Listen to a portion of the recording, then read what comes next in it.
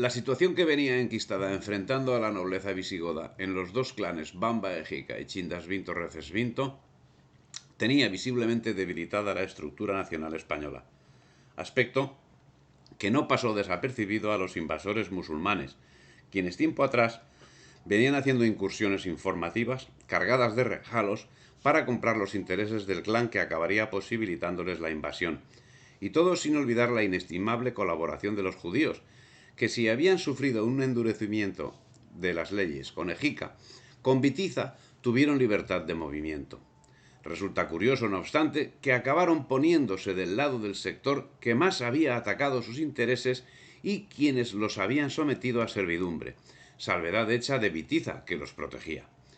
Esta colaboración fue de vital importancia, ya que estaban asentados en las principales ciudades del reino, en Narbona, Tarragona, Sagunto, Elche, Lucena, Elvira, Córdoba, Mérida, Zaragoza, Sevilla y en la capital, Toledo. Por otra parte, el hambre había hecho presa en los últimos 3 años. Se multiplicaba el número de suicidios. Las plagas de langosta eran reincidentes. Todo ello sin duda debió pesar a la hora de enfrentarse, o como es el caso de no enfrentarse, al invasor.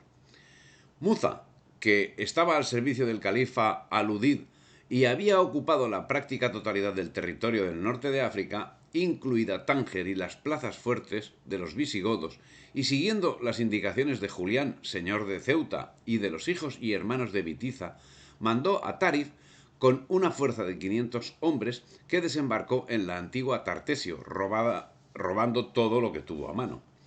La historiografía árabe coincide en reafirmar la traición de Julián por los mismos hechos relatados en el romancero y asegura que fue directamente Julián quien condujo los barcos invasores hasta Gibraltar.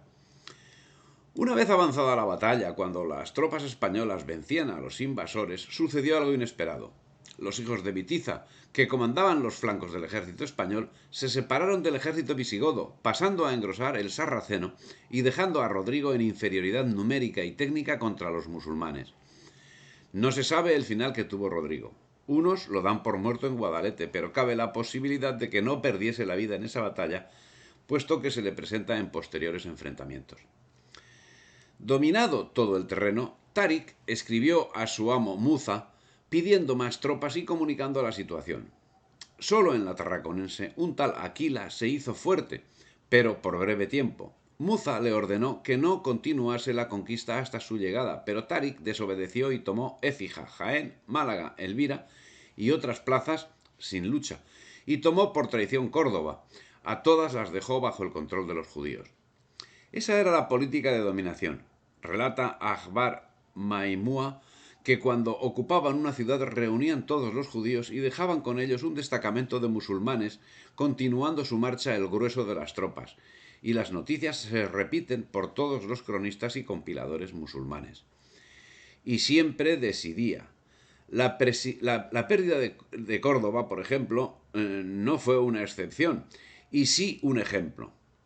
700 bereberes acamparon extramuros de Córdoba, donde entraron sin resistencia y todo siguió igual, o así.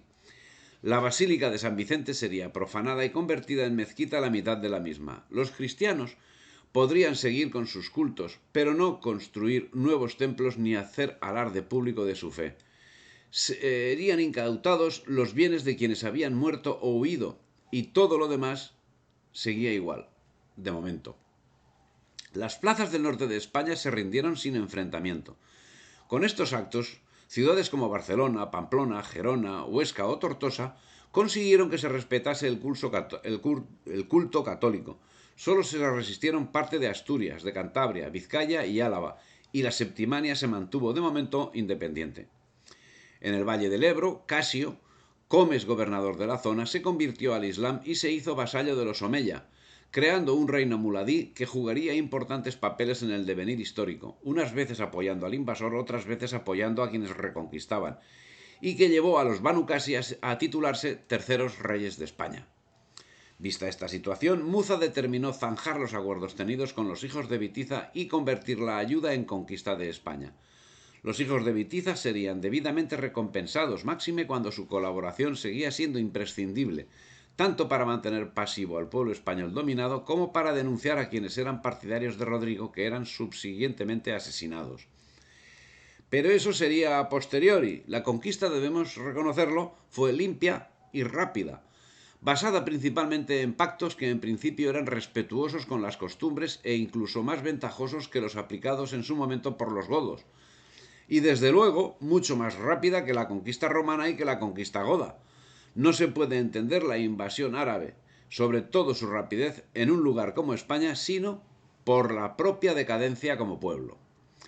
Pero el éxito de Muza y de su liberto Tarik, que conquistó toda la península en 9 años y con un aporte de unos 200.000 invasores, tuvo una extraña recompensa del califa Suleimán, que tras acusar a Muza de haberse quedado con unos impuestos y con unos bienes entre los que se contaban 24 diademas de los reyes que habían sido de España y una mesa ricamente adornada donde figuraba el nombre de Salomón, lo condenó al pago de 4.030.000 dinares y le privó del dominio sobre Tarik, que le había traicionado en concreto en el asunto de la mesa de Salomón.